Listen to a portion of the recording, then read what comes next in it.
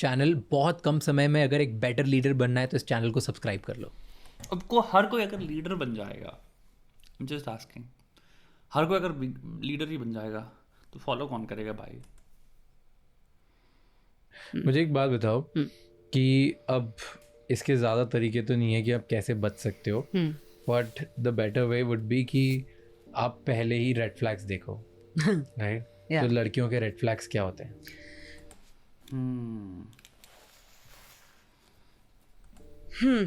आपके अकॉर्डिंग जो dating app पे जो स्कैम्स हो रहे हैं उससे अगर आपको बचना है तो कुछ कुछ चीज़ें हैं जो पैटर्न्स मैंने ऑब्जर्व करे हैं। ठीक है। लड़की एकदम बहुत ही ज़्यादा फोर्थ कमिंग होगी, कोई फ़र्क नहीं पड़ेगा कि कोई कॉन्वर्जेशन हुई है कि नहीं हुई है, उसने आपको जाना है कि नहीं जाना, इमीडिएटली आपको बोलेगी कि मिलते हैं, चिल आउट करते हैं, That's actually very good.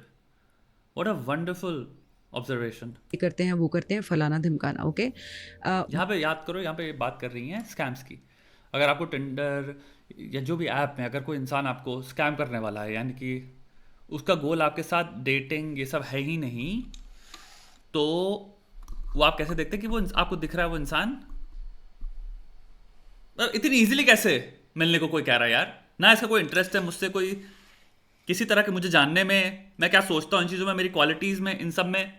Without even know, हाँ रेड फ्लैग है। Without knowing you, without having any conversation at all, without finding out any frequency, she would propose that you go into a hotel and have a sexual relationship. ओह, ये तो भयंकर massive red flag हो गया। फिर इसमें यार I think फंसते भी बेचारे वही होंगे जो, आई डोंट नो यार, बेचारे आई डोंट नो, आपकी 18 के अलग ही लेवल पे है, पहला ये हो सकता है। दूसरा है आपके अंदर एक व्हाट इफ सिनेरियो चल रहा है कि what if it is true, what if it is true. वो भी तीसरा है कि आपको है कि क्या होगा भाई, मैं तो लड़का हूँ, मेरे लिए तो चीज़ें बेटर ही है ना। एक रेड फ्लैग है। उसके अलावा रेड फ्लैग है कि अगर आपको लड़की बोलती है कि किसी एक स्पेसिफिक जगह पे जाना है, लाइक किसी स्पेसिफिक होटल पे जाना है या किसी एक स्पेसिफिक कैफे में जाना है, she is talking about red flags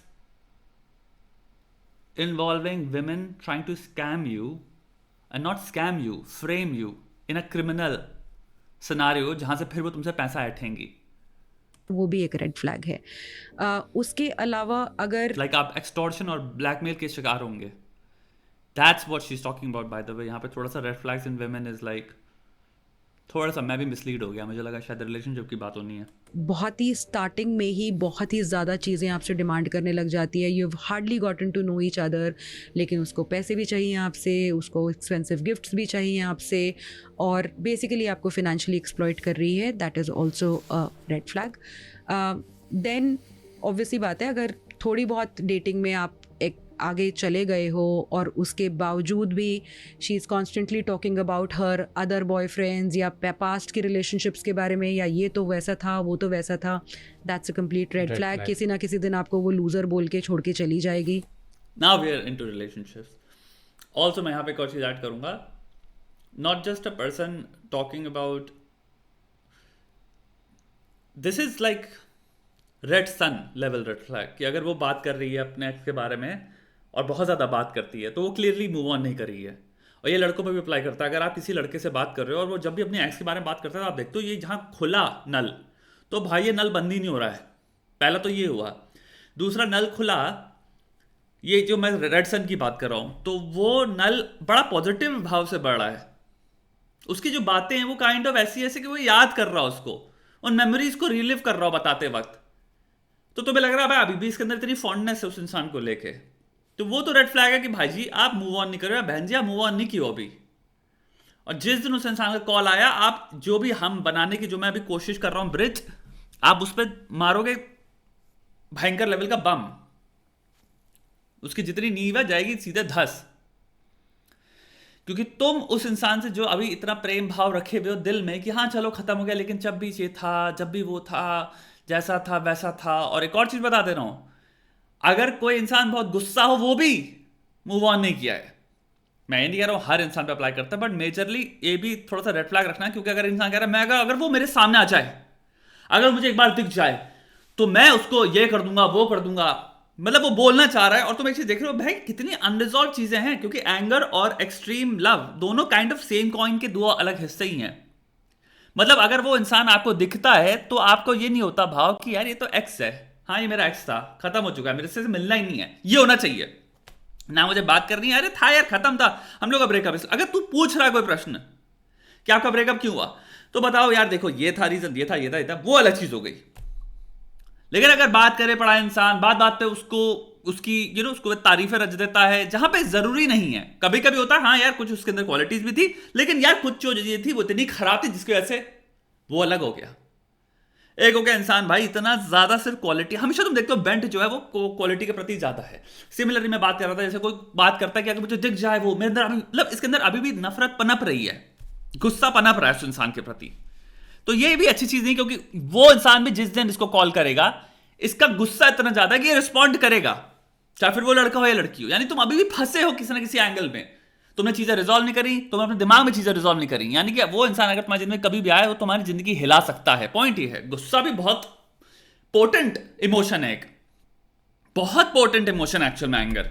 और अगर एंगर लेके चला चीज तो रिजॉल्व नहीं है ना ब्रो, तो तुम यहां क्या कर रहे हो अभी मेरे साथ? तो पहले इस एंगर को रिजॉल्व करो, और अगर इस एंगर को रिजॉल्व नहीं किया तो तुम्हें पहले तो क्लैरिटी नहीं है तुम कहां पे, even where do you even position yourself in the, तुम्हारा जो चार्ट होगा कि भैया मूव ऑन किए कि नहीं किए, या फिर हमारी भावनाएं क्या हैं। बहुत सारे जो रिलेशनशिप्स जो मतलब बहुत ही नेसेंट स्टेज में होते हैं, वहाँ पे मुझे लगता है, और कहीं ना कहीं मतलब दोनों को अच्छा लग रहा होता है एक दूसरे के साथ रहना एंड ऑल ऑफ दैट, और आपकी एक अंडरस्टैंडिंग बन चुकी होती है, और आपको लगता है कि ये इंसान बहुत अच्छा है। मैं पर्सनली बोलूँगी कि अगर कोई, and this is not just for guys, I would say this is for both girls and guys, अगर इंसान कंप्लीटली एलिनेटेड है आपकी फैमिली से इन्वॉल्व होने में, या फिर वो बिल्कुल ही नहीं चाहता है, ना ही आपके फ्रेंड से मिलना चाहता है, ना ही आपकी फैमिली से मिलना चाहता है या चाहती है, if you are dating somebody and that girl doesn't want to meet your sister, brother, friends, किसी भी रिलेटिव या जो आपका एक बहुत एक क्लोज ग्रुप है, किसी से भी इंटरेक्ट नहीं करना चाहती है, I personally feel that's a big red flag. बहुत सारे लोग इंट्रोवर्ट होते हैं, लेकिन जितना भी इंट्रोवर्ट कोई हो, हर इंसान का कोई ना कोई, आई थिंक इसका भी एक एक्सपायरी होता है। I think first 6 months and I think she mention that कि तुम्हारा 1 साल हो 2 साल हो, दैट आई अंडरस्टैंड कि वो 1 साल तुम अगर किसी साथ रिलेशनशिप में हो तो मेरे ख्याल से तब एक्सपायरी डेट तुम्हारी हो जाती है। एक्सपायरी डेट या कहूँगा मैं कि तुम्हारा फीलिंग एक्सपायर हो जाते हैं कि हाँ अब दोस्त का तुम्हारा कॉलम अनलॉक हो जाता है।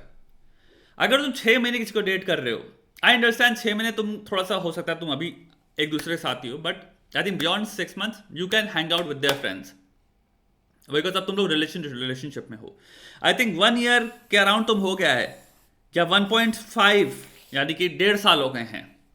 आई थिंक तब तुम, और अगर तुम दोनों ये अग्री भी कर रहे हो, अगेन इट मैटर्स कि तुम दोनों हो कहाँ रिलेशनशिप के उसमें अग्रीमेंट में, और तुम लोग कह रहे हो कि भाई हाँ हम लोग आगे इसको लेके जाएंगे, ये सीरियस रिलेशनशिप है, कमिटमेंट है, तो आई थिंक भाई बहन से मिलवाना, बैठना, साथ में हैंग आउट करना, दोस्ती का एक रिश्ता रखना, या फिर कम से कम एटलीस्ट दोस्ती नहीं तो एक फैमिलियरिटी का रिश्ता रखने में कोई वो नहीं है।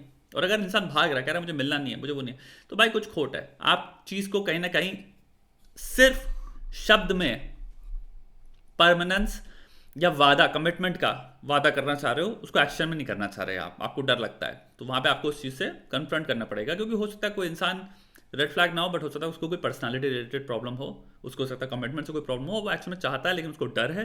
तो वो चीज़ें कई बार मैं बता रहा हूँ ना, रीज़न दोनों हो सकते हैं, कोई भी हो सकते हैं, 3 हो सकते हैं। आपको एक्चुअल में रीजंस को आइडेंटिफाई करना है, डिफरेंट लोग डिफरेंट। तो कई बार लोगों को सिंपल ये होता है कि चीज़ आगे बढ़ गई तो मैं कभी बैकअप, उसका ये डर होगा कि अगर मैं यहाँ पे मिल लिया तो मैं काइंड ऑफ फंस रहा हूँ, मैं फिर शायद पीछे नहीं जा सकता। तो वो सब तुम्हें सॉल्व कर रही है साथ बैठ के, एग्जैक्टली आइडेंटिफाई करें, मुझे बताओ एग्जैक्टली, मैं तुम्हारे सुनने को तैयार हूं, यहां मैं कोई फोर्स नहीं कर रहा, बट मुझे तुम्हें समझना है, मुझे एग्जैक्टली बताओ एग्जैक्ट डर क्या है, एग्जैक्ट रीजन क्या है। और अगर तुम्हें दिख रहा है इंसान के पास रीजन नहीं है, फिर वो फालतू की बातें कर रहा है, तो फिर तुम समझ पाओ बेटा ये यहां पे कुछ पंगा है। कि इंसान हमेशा कहता है कि हाँ हाँ मुझे कोई प्रॉब्लम नहीं है, अरे हाँ मिल लेंगे, हाँ यार मिलना है, लेकिन वो टरका देता है तुमको और कटाता रहता है। वहां पे सब चीजों पे तुम्हें देखना कि ओके एग्जैक्टली आइडेंटिफाई करो रीजन क्या है। कोई दोस्त, और तुम कहो कि ठीक है भाई, अगर तुझे मेरे परिवार वालों से मिलने प्रॉब्लम होती है, ठीक है मुझे मिलवा अपने भाई बहन या किसी न किसी से। तो होता ही है। अगर आप किसी ऐसे इंसान के साथ हैं जहाँ पे आपको बिल्कुल थोड़ा सा लग रहा है कि यार ये इंसान इतना ज़्यादा सीक्रेटिव क्यों है, या कोई भी इसका फ्रेंड नहीं है, मुझे पर्सनली लगता है कि शायद वो भी एक रेड फ्लैग होता है, क्योंकि चाहे कोई कितना भी इंट्रोवर्ट ना हो, फ्रेंड्स सबके होते हैं। और आई थिंक अगर आप किसी के साथ प्यार करते हो या किसी के साथ रिलेशनशिप में जाना चाहते हो तो यू ऑलवेज वांट कि आपके जो अपने प्यारे से लोग हैं वो उससे मिले, राइट? तो अगर वो इंक्लिनेशन नहीं है उस इंसान में तो मुझे लगता है वो भी रेड फ्लैग है।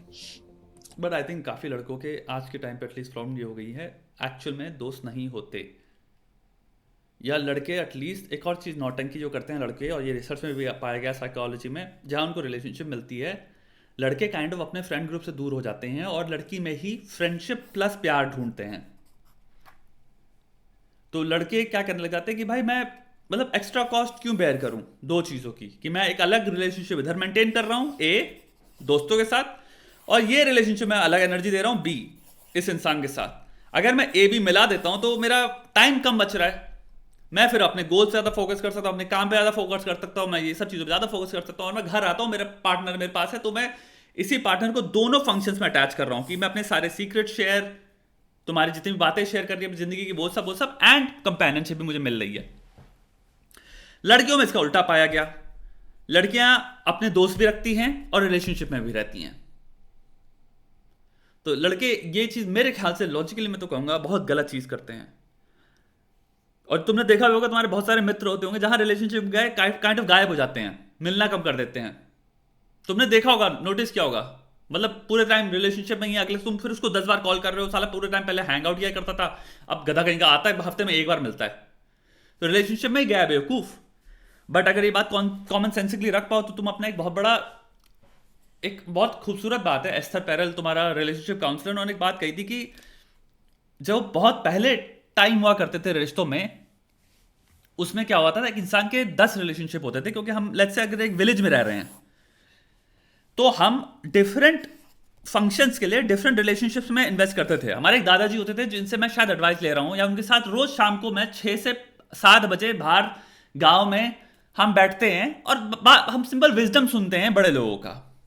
तो बहुत सारी हो सकता है एडवाइस मुझे सिर्फ वो जगह बैठने से मिल जा रही है, दूसरे आदमियों से, बड़े अंकलों से। सेम चीज औरतें हो गई, अगर तुम बैठ के कम्यून में बैठ रहे हो आंटियों के, तो उनको वो आंटी रिलेटेड या उनका जो भी विजडम चल रहा है, उनको वो एक्सपीरियंशियल जो भी नॉलेज है, कुछ भी गॉसिप है, कुछ भी जो भी चल रही है, सेम मर्दों में भी कह सकता हूं मैं, गॉसिप चल रही है, सब चल रही है, बट हमें एक बहुत बड़ा फंक्शन वहां से मिल रहा है।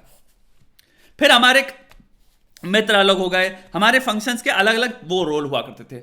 आज के टाइम में सिटी लाइफ में लाइफ ऐसी हो गई है, हम कहीं कम्युनिटी बेस्ड अब जीवन जी नहीं रहे, हम कोई विलेज में नहीं रह रहे जहां पे बहुत सारे लोग सब एक दूसरे को जानते हैं और हमारे डिफरेंट फंक्शन सबके साथ अटैच्ड हैं। मतलब डिफरेंट फंक्शंस की वजह से डिफरेंट रोल्स अलग अलग लोग फुलफिल कर रहे हैं। तो मैं जब अपने पार्टनर के पास जाता हूं तो मेरी जिंदगी के 80 रोल्स ऑलरेडी, या असली 80 फंक्शंस 80 रोल्स ने पूरे कर दिए हैं। मैं उसके पास विजडम के लिए, एक्सपीरियंस के लिए, इंटेलेक्चुअल कैपेसिटी के लिए, मुझे ये चाहिए वो चाहिए तुमसे, मैं सबके लिए तुम्हारे पास नहीं जा रहा हूं। मेरी इंटेलेक्चुअल कंपैटिबिलिटी या कैपेसिटी की जो रिक्वायरमेंट थी वो मैं जब मैं बड़ों के साथ बैठा वो पूरी होगी वहां पे। मेरे को अपने पार्टनर से नहीं चाहिए कि तू एल्बर्ट आइंस्टाइन भी हो। आज के टाइम पे क्या हो गया, हम ऑफिस जाते हैं, हम काम करते हैं, फिर हम घर आते हैं और फिर मेरे को एक इंसान से पूरी पूरी विलेज चाहिए। ये लड़कियों में भी हो गया, लड़कों में भी हो गया।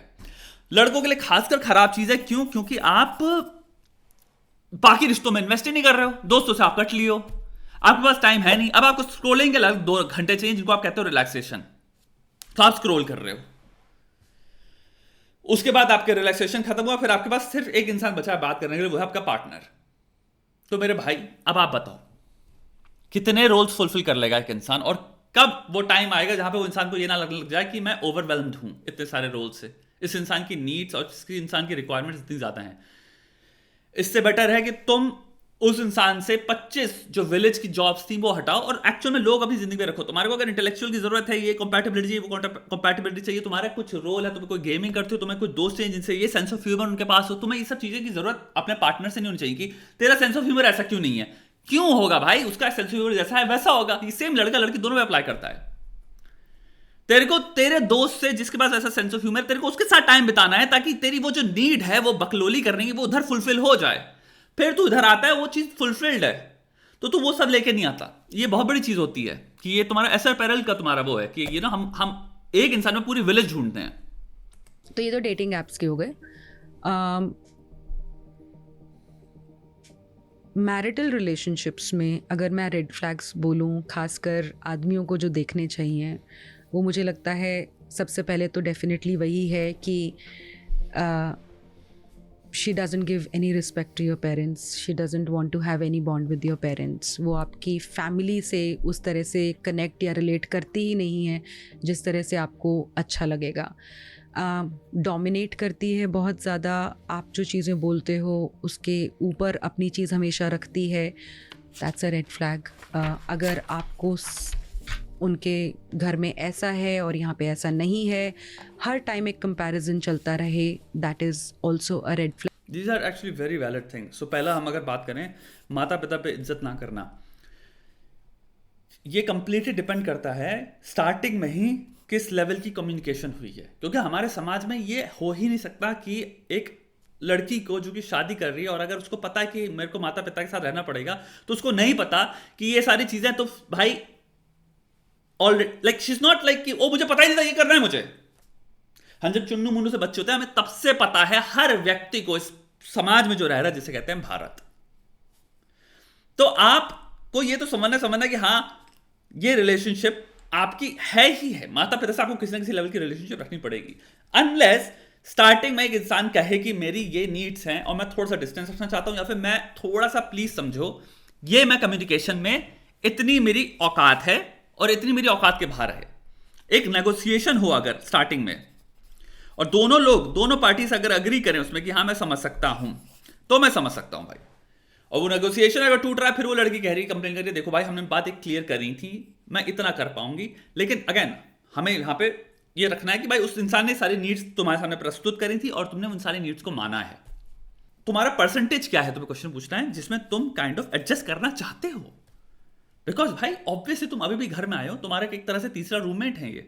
और अगर हम कह भी दें कि आप ये हमारी बाउंड्रीज हैं, बाउंड्रीज अगर आप वो भी कर दे रहे हो, तो बताओ तुम्हारी बाउंड्रीज क्या हैं. तुम एक चीज देखो कि ऐसे लोगों में क्या होगा, इनकी बाउंड्रीज होंगी कंप्लीटली क्या हमें रखना ही नहीं है, भाड़ में जाओ, ये उनकी बात कर रही है. तो इन्होंने दूसरी चीज बोली डोमिनेटिंग. डोमिनेटिंग कैरेक्टरिस्टिक ऑपोजिट है कोई भी इंसान जो रिश्ता जिसके साथ अच्छा होगा तुम्हारा.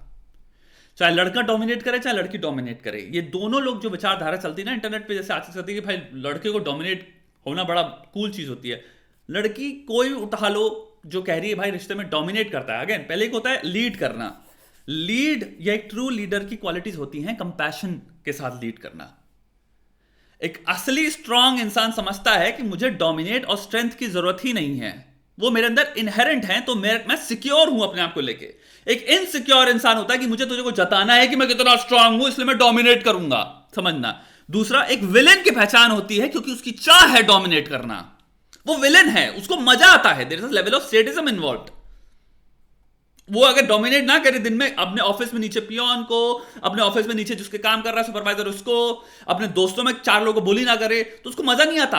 आप ऐसे लोगों को जानते हो, इन्हें मस्ती मिलती है डोमिनेट करने में. तो भाई सेम चीज औरतों में भी एग्जिस्ट करते हैं. पहले चीज समझो, हम काइंड ऑफ पता है, हम जब ये सब फीचर्स के बारे में बात करते हैं, domination, assertiveness, arrogance, self centredness, ego centrism, तो हम काइंड ऑफ सोच लेते हैं आदमी होते हैं ऐसे. भाई औरतें भी होती हैं, दोनों हैं. तो अगर आप ऐसे रिश्ते में जहां पे भाई आप बुरी तरह से डोमिनेट हो रहे हो, तो आप काइंड ऑफ एक बात कर रहे हो कि ये विलेनस आप एरिया में आ गए हो, और फिर विलेनस को आप कंपोनेंट को लाओ और फिर कहो आपके माता पिता भी इन्वॉल्व हैं. लेट्स आपके माता पिता एक्चुअली जेन्युइनली कहते हैं बेटा हमने कुछ नहीं कहा, हमारी सिंपल मांग थी बेटा ये कर दे छोटा सा काम, उसने कहा मैं नहीं करूंगी. ये होता है घरों में. मैं नहीं कह रहा इसका ऑपोजिट भी नहीं होता कि माता पिता भी करते हैं, मैं नहीं कह रहा हूं, बट मैं यहां इन सिचुएशंस की बात कर रहा हूं जहां पे आप देख रहे हो किसी लेवल का नेगोशिएशन पॉसिबल नहीं है. क्योंकि दूसरी जगह पे जहां पे तुम कह रहे हो ना, अगर माता पिता वो कर रहे हो, लड़की अगर आपके पास आके कह रही है कि यार मैं मेरे साथ बहुत, तो वो काइंड ऑफ कह रही है नेगोशिएट कर मेरे बिहाफ पे. That's a very different stage और a state. Comparison any day भाई साहब रिलेशनशिप को खोखला करने की चीज है. आप एक बड़ा सा इंजेक्शन लेते हो, किसी का घुसेड़ते हो, उसका पूरा खून निकाल देते हो उस दिन का, और इवन तो खून अपने आप से बनता रहता है, इसलिए इंसान जिंदा है. लेकिन जो भी इंसान रिलेशनशिप में, चाहे लड़का और लड़की हो, अगर तुम ये बैठे करते रहते हो कि भाई ये वैसी है यार, उसका मेरा दोस्त है, मेरे भाई की वो है यार, वो ऐसी है वैसा है, तुम भाई मत रहो जिसके साथ हो। फिर अगर तुमको इतनी प्रॉब्लम है और कि तुम उनको ये गिनाते रहते हो दुनिया में कोई कैसा कोई ऐसा, यानी कि तुम्हें क्लियरली तुम कह रहे हो मुझे तू पसंद नहीं है, मैं बस तेरे साथ फंसा हुआ हूं। और वो लड़की भी यही कर रही है। बहुत लोग लेकिन कंपैरिजन करते हैं बिना सोच के। ये काइंड ऑफ एक टॉक्सिक ट्रेट है जो आप रिकग्नाइज नहीं कर रहे हो। अगर आप युवती हो चाहे लड़का हो, कोई भी सुन रहा हो, मैं कहूंगा जिंदगी में कोशिश करो अपने अंदर जिस प्राणी के साथ हो आप, कि आप उसकी आत्मा को जान पाओ और आप उस इंसान को उसके साथ जितना गहरा रिश्ता बना सकते हो कॉन्वर्सेशन का, वो करो कोशिश करने की। तो मैं यहां पे कहूंगा कंपैरिजन जो भी कर रहा है भाई, साथ में बैठो और समझ पाओ कि हम कॉन्वर्सेशन में इन चीजों को कितना डील कर सकते हैं। अगर आपको दिख रहा है डील नहीं हो सकते और कुछ साइकाइट्रिक आपको दिख रहा है कुछ लोचा है, personality related is the best word, तो बेस्ट सोल्यूशन उसका यही है आप अलग हो जाओ। वो रिलेशनशिप सॉल्व नहीं होने वाली है अगर आपको दिख रहा है कि क्लियरली पर्सनालिटी डिफरेंसेस इतने स्ट्रांग हैं जहां पे ना मैंने तेरे साथ कुछ बुरा किया है ना तूने मेरे साथ कुछ बुरा किया है, बट हमारे लिटरली तू उस डायरेक्शन में मैं इस डायरेक्शन में हूं, जिंदगी को जैसे हम देखते हैं, आप फिर उस इंसान के साथ नहीं कर पाओगे बेमतलब में, और या फिर वो स्लेवरी है इस इंसान के साथ रहना। इसलिए पता है मैं ब्रेकअप्स और डिवोर्सेस को भी जहां पे एक्चुअल में जरूरी है, मैं सोचता हूं बेटर ऑप्शंस हैं, क्योंकि वो उस रिश्ते में आपकी मृत्यु होगी, आप अर्ली डेथ के प्रति जा रहे हो। हम भी इंसान हैं, गलतियां होंगी आपसे, आप गलत इंसान के साथ हो सकता है कमिट कर जाओ और आप बाद में रियलाइज करो कि उसकी कोई गलती नहीं थी, मेरी कोई गलती नहीं थी। हम बस इंसान कंप्लीटली, ऐसा कुछ नहीं कि इसने धोखा दिया मैंने इसको धोखा दिया, कुछ नहीं हो रहा, बट बस हम जब साथ में बैठते हैं हम दोनों लोग कंप्लीटली डिफरेंट हैं यार, और इसलिए हम खुश ही नहीं है दूसरे के साथ। उधर भी आपको सोचना चाहिए। धमकी देने लगे कि तुम्हारे को पता नहीं है कि मैं क्या कर सकती हूँ, that's a huge red flag, क्योंकि दैट मीन्स कि कभी ना कभी किसी ना किसी सिचुएशन में आपके ऊपर कुछ ना कुछ झूठा केस डेफिनेटली बन ही जाएगा। बहुत सारे मैरिटल रिलेशनशिप्स में जब लड़कियाँ वो नहीं उनको मिलता है जो वो चाहती हैं, and this could be as simple as just a demand of a gift, और उसके बाद जो थ्रेट्स मिलने लगते हैं, that is a red flag. एक ऐसा केस था आई रिमेंबर जहाँ पे a lady committed suicide because she was not given the gift that she demanded on करवा चौथ। तो अगर कभी भी आपको एक मैरिटल रिलेशनशिप में या फिर आप किसी के साथ एंगेज हो गए हैं, अगर सुसाइड का कोई भी थ्रेट देता है तो that is a huge red flag. आपके parents, I think threats in general is a huge red flag. कोई अगर इंसान आपको थ्रेट्स देता है, एंड मैं एक बात समझ सकता हूँ भाई, देखो कुछ हार्मोनल साइकिल्स होती हैं लड़कियों में, हर महीने में people go through different, women go through different hormonal तुम्हारे फेजेस, एंड हो सकता है आपका मूड डिसऑर्डर्स भी एक्सिस्ट करते हैं बाय द वे।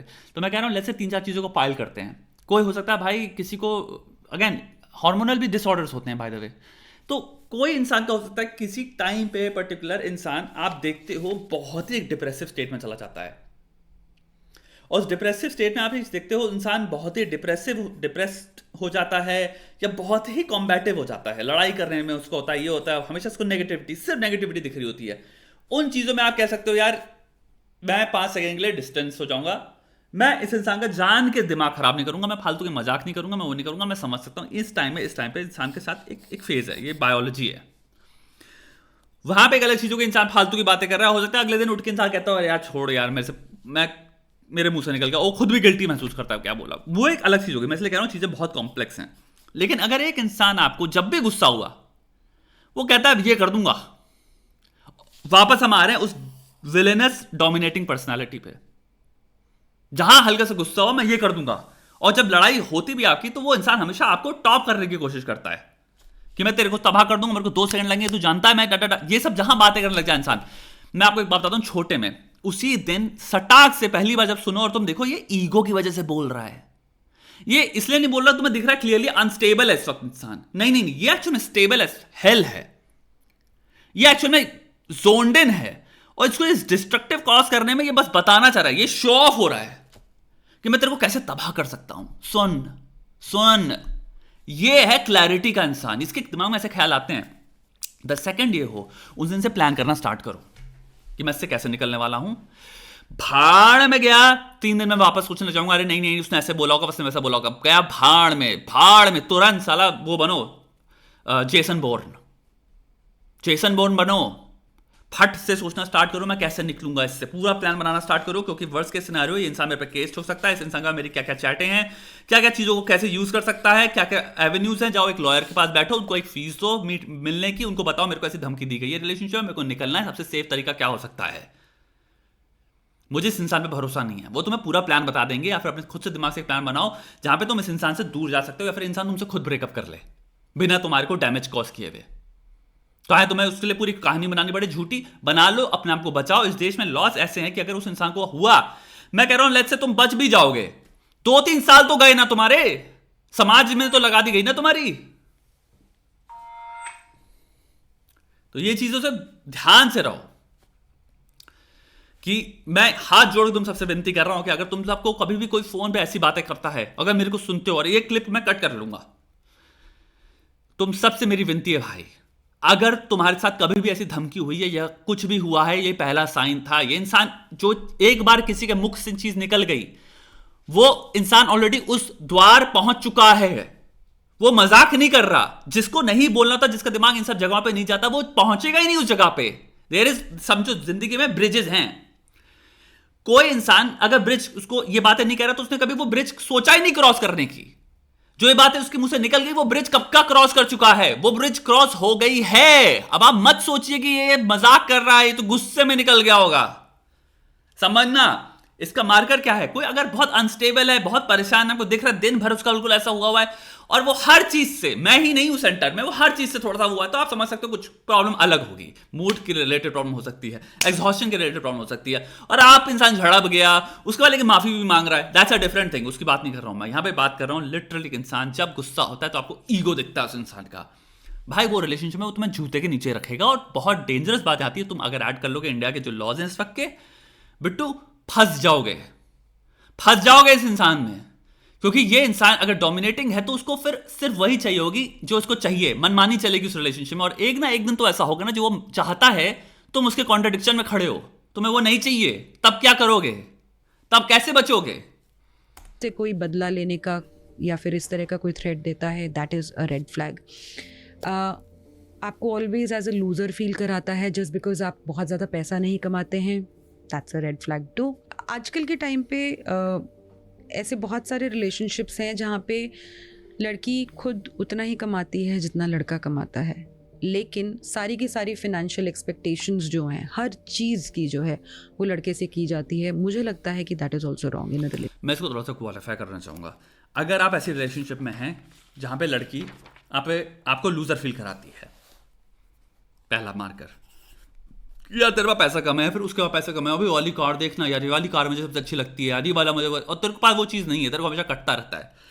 तो उसको हम दो तरीके से देख सकते हैं। एक पार्टनर ये हुआ जो लेट्स से उसकी बॉन्ड्स ये सब हैं, लेकिन वो कहती है भाई मैं तेरे पे विश्वास करती हूं, तू 5 साल ले, तू आराम से काम कर, मैं तेरे पे विश्वास रखती हूं। वो तेरे को एक नींव देती है, foundation to become the champion जो तू पैदा हुआ था बनने के लिए।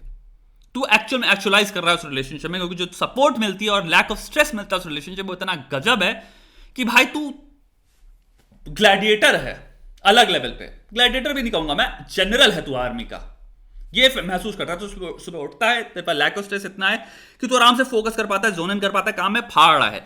यानी कि उसकी जो सपने हैं, एम्बिशन है, या वो जो सोचती है, वो अटैच कर रही है तेरे मोटिवेशन के साथ कि ये चीजें जो मैं कह रही हूं जो अच्छी हैं, मुझे पता है तू ला भी सकता है और करना काम, हम दोनों करते हैं काम, लेकिन मैं तेरे पे विश्वास करती हूं। एक रिलेशनशिप ये हो गई जहां पे आप दोनों ही एक दूसरे को मोटिवेट करते हो अपनी जो भी कैपेबिलिटीज हैं उनको फुली एक्चुअलाइज करने के लिए। दूसरी रिलेशनशिप हो गई जहां पे आपका भरोसा ही नहीं, आपकी फटी रहती है, ये क्यों बोल रही है, ये वो क्यों बोल रही है, कि कब कोई इससे अगर हल्का सा कोई इसका बॉस हो, कोई इसके ऑफिस में काम करता हो जो ज्यादा कमाता हो मुझसे, आप पूरे दिन स्ट्रेस में रहते हो कि ये कब जाएगी या आपके पीछे क्या कर रही है, इसके इंस्टाग्राम में किसके डीएम आ रहे हैं। वो तुम्हें लूजर कह रही है, एक्चुअल में लूजर कह रही है। तुम ऐसा रिलेशनशिप में है लेकिन उसको मजा आता है। यहां पे हम वापस बात कर रहे हैं डार्क ट्राइड की या डार्क टेट्राइड की, डार्क ट्रेट्स जो होते हैं पर्सनालिटी के, कि सेडिज्म इन्वॉल्व है, ठीक है, to a level narcissism involve है, डोमिनेटिंग, असर्टिव, बदतमीजी, तुम ऐसा बदतमीजी करना, मेरी तुम भावनाएं पूरे फुलफिल ही नहीं कर रहे हो, ये नहीं दिख रहा उसको सामने वाला किस जगह से आ रहा है, किस लेवल पे अपने आपको किसने कहां पहुंचाया, उसकी इमोशनल स्थिति क्या है, उसके साथ क्या क्या घटित हुआ है जिंदगी में, उससे कोई मतलब नहीं है तुम्हारी स्टोरी से, तुम्हारी बीइंग से। उसे बस 2 चप्पलें मारने में, वर्ड्स में मजा आता है तो जड़ देती है, तुम्हें नीचे दिखाने में मजा आता है, जड़ देती है। आज तुम उसके पास हो क्योंकि इस वक्त तुम ही हो उसके पास, जिस दिन तुम्हारे से कोई बेहतर आया तुम्हारे 1 सेकंड में लात मार के निकलेगी। तो मेरे भाई वो है रेड फ्लैग। पहला वाला अगर तुम्हारा रिलेशनशिप है तो वो तुम चांदी सोने में आ गए हो भाई, उसको तुम तोलोगे, उस चीज की वैल्यू इतनी खतरनाक, इसकी हद नहीं है। उस रिलेशनशिप में मजे मत करने लग जाना, लेकिन क्योंकि तुम फिर उस इंसान के विश्वास, भरोसा और जो वो सोचती है, उसकी अपेक्षाएं जो है, रिलेशनशिप कहां जाएगी हमारी, हम जिंदगी कैसे बिताएंगे, तुम उस पर फिर थूक रहे हो यार। अगर तुम उसके साथ पूरे दिन फोन पे चटे रहते हो, वो कह रही है यार मैं तेरे पे विश्वास करती हूँ, तू टाइम ले, मेरे पास वक्त 3 साल, उसके बाद हो सकता है मेरे घर वाले मेरे पे जोर डालने लग जाएंगे, तो इसलिए अभी से ही शुरू कर, ताकि 3 साल बाद तू वहां तक पहुंच पाए कि मैं गर्व से कह पाऊं ये मेरा इंसान है। और हम 10 साल में ये बनाएंगे, हम 15 साल में ये बनाएंगे। अगर वो ये कह रही है कि मैं तेरे को स्ट्रेस नहीं दूंगी, लेकिन बाय एविडेंस तुम्हें ये दिखता है, ये नहीं कि वो कह रही है मैं तुम्हें स्ट्रेस नहीं दूंगी, लेकिन जिस दिन तुम उसका फोन उठा लो तो दिख रहा है पता नहीं किससे बातें कर रही है पीछे, वहां से भाग जाओ भाई, वो अलग चीज हो गई। So there are always qualifiers. But अगर तुम्हें पता, तुम कहती है फोन मेरा रखा है तू देख ले, जैसे तेरा फोन रखा तू देख ले, मुझे कोई प्रॉब्लम नहीं है, क्योंकि मुझे पता है मैं कुछ कर ही नहीं रही, ऐसा कोई खोटी नहीं है मेरी जिंदगी में। फोन क्या है, तेरे से बड़ा थोड़ी है। तू मेरी जिंदगी में इस वक्त मेरे माता पिता के सेकंड लेवल पे आता है, माता पिता फर्स्ट है, तू सेकंड है। सबसे इंपॉर्टेंट चीज है, एक पार्टनर ये होता है technically, to be very honest and fair, that's a partner. तुम आगे वाले टाइम में इसके साथ बच्चे पैदा करोगे, ये को पेरेंट है, तुम्हारा पति है, तुम्हारा या फिर पत्नी है, ये सब कुछ होना चाहिए तुम्हारे लिए। अब ऐसे इंसान के सामने ये तो तुम कहोगे ना फोन पे जो है वो तेरे से इंपॉर्टेंट है, तू नहीं देख सकता, ये लॉजिक नहीं है मेरे भाई। अगर आपकी जिंदगी में कोई खोट रही तो ऐसी कोई कॉन्वर्सेशन नहीं है। हाँ, मुझे हो सकता है थोड़ा सा क्रिंज महसूस हो, अगर तू मेरी प्राइवेट कॉन्वर्सेशन से बैठ के, अगर मैं दोस्त से अपनी क्या बातें करती हूं, तू बैठ के पढ़ रहा है, क्रिंज है भाई, थोड़ी सी तो प्राइवेसी की रिस्पेक्ट कर। लेकिन ये है कि तू देख सकता है कि मैं किसी और से या कोई ऐसा काम नहीं करी जो तू कहेगा कि तेरे पीठ पे खंजर भोंका जा रहा है, ये तुझे कुछ नहीं मिलेगा। लेकिन अगर तू बैठ के मेरी प्राइवेट चैट्स पढ़ रहा है, जो मेरी प्राइवेट कॉन्वर्सेशन है, यस यहां पे मेरे को थोड़ी सी एंग्जाइटी होगी, क्योंकि भाई वो मैंने तेरे को सोच के किया ही नहीं था कि कोई इंसान पढ़ रहा होगा। ये मेरे बेस्ट फ्रेंड से बातें हो रही हैं, ये मेरी जो 5 सखियां हैं उनसे मैं बातें कर रही हूं। सेम बात लॉन्डो में भी रख लो, तुम क्या जोक्स क्रैक कर रहे हो, क्या बकवास करते हो अपने दोस्तों के साथ, तुम काइंड ऑफ वो मेरा उसके साथ है यार, हमारे अपनी बकलोली है। तू अपने बेस्ट फ्रेंड के साथ जो फोन पे बातें करता है, जब तू बगल में बैठा होता है, तो थोड़ी चाहेगा तेरी गर्लफ्रेंड सारी बातें सुने, तारीख किस तरह के तू जोक्स मार रहा है, तो वो एक अलग चीज होगी, मैं वो बात नहीं कर रहा हूं। बट ट्रांसपेरेंसी में यहां पे ये होता है कि अगर आप इस लेवल की स्ट्रेस हटा पा रहे हो इंसान की, कि भाई मुझे पता है फोन उसका हमेशा है कि भाई तू देख ले, मुझे पता, मैं चाहती नहीं सब करना, मेरे इंटरेस्ट ही नहीं है ना, मैं सोचती हूँ सब फालतू काम कर रहे हैं। मैं रिलेशनशिप में हूं, तो मैं हूं रिलेशनशिप में, मैं काहे को फालतू की मगजमारी करूंगी सब दो कौड़ी के काम, और मेरे पास टाइम ही नहीं है, मुझे भी अपनी जिंदगी बेहतर करनी है।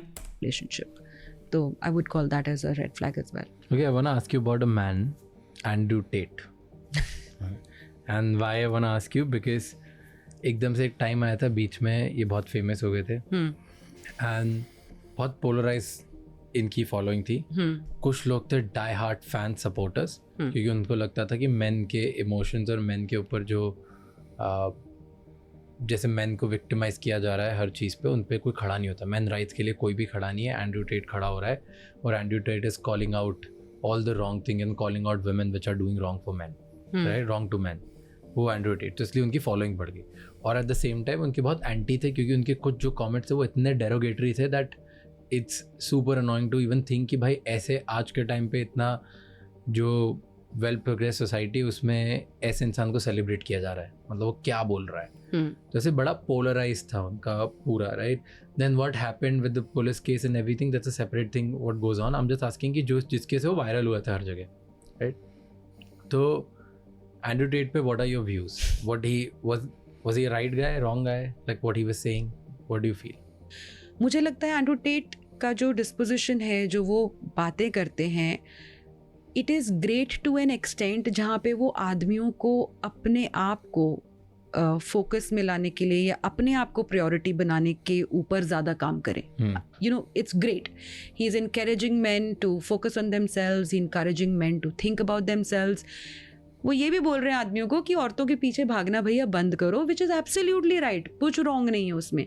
लेकिन मुझे एंड्रू टेट से एक ये प्रॉब्लम है कि जो वो बातें करते हैं, मुझे लगता है कि वो इनहेरेंटली औरतों को अपने आप से इन्फीरियर मानते हैं।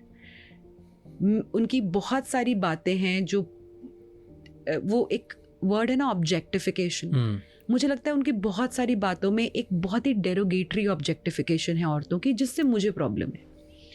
और एक और चीज़ वो ये है कि फेमिनिज्म ने जो एक प्रॉब्लम क्रिएट करी थी, which is you know this sort of a war between main and women, उन्होंने औरतों को मोटिवेट किया आदमियों के अगेंस्ट जाने के लिए. अगर कोई आज के टाइम पे अब आदमियों को मोटिवेट करता है औरतों के अगेंस्ट जाने के लिए, तो you are basically the flip side of the same coin. That is absolutely true. And I think ये रिसेंटली तुम्हारा, मैं ये कमेंट बहुत ज़्यादा देखता हूँ कि काफ़ी लोग हैं जो criticism of red pill is literally कि जो हम फेमिनिज्म को गाली बकते हैं लड़के, red pill is literally the male version of feminism. कि वो भी वही एग्जैक्ट काम कर रहे हैं जो तुम्हारी जो हम कहते हैं कि तुम्हारी जो एक्सट्रीम फेमिनिज्म है या प्रो फेमिनिज्म जो भी होगा, तुम समझ गए की बातें कर रहे हो, जो कि कहते हैं यू नो भाड़ में गए मर्द इन्फीरियर हैं, ये हैं वो हैं, काइंड ऑफ वही पोलर ऑपोजिट है उसका तुम्हारा. और जो इसीलिए यू नो लाइक वो भी कोई बहुत हेल्थी स्पेस नहीं है, फिर पैसा स्पेस नहीं जहाँ पे तुम्हारे आदमी एक्चुअल बहुत यू नो लाइक तुम जो नैरेटिव बिल्ड कर रहे हो पोलर मिरर है उसी का. You're not trying to help the situation, you're not trying to address the situation. आप बेसिकली ऑपोजिट एंड्स पे खड़े हो गए हो एक दूसरे के लिए फ़ाइट करने के लिए. You have become what you are fighting against. तो बहुत सारे लोग इंडिया में भी बहुत सारे लोग हैं जो मेंस राइट्स में मुझसे बहुत ज़्यादा प्रॉब्लम जिनको है, बिकॉज उनको लगता है कि मैं बहुत ज़्यादा बैलेंस्ड हूँ, विच इज़ नॉट ओके. उन्हें लगता है कि भैया अगर फेमिनिज्म इतना रेडिकल था तो हम लोग को आदमियों के लिए भी एक बहुत ही स्टूपिड लॉजिक हो गया. रेडिकलिज्म का आंसर रेडिकलिज्म नहीं हो सकता. किसी भी तरह का इज्म का आंसर है sensibility. Sensibility, does it fall on the plains और on the equation of sensibility? और अगर कोई रेडिकल बात बहुत तगड़े लेवल पे सेंसिबल है और लेकिन उसको रेडिकल होना पड़ रहा है, रूप लेना पड़ रहा है क्योंकि जिस फाइट में वो है उसमें वो मॉडरेटली या मॉडरेट स्थिति में वो खड़ा नहीं हो पाएगा, तो रेडिकल होना एक सेंसिबल चीज को तब समझ में आता है.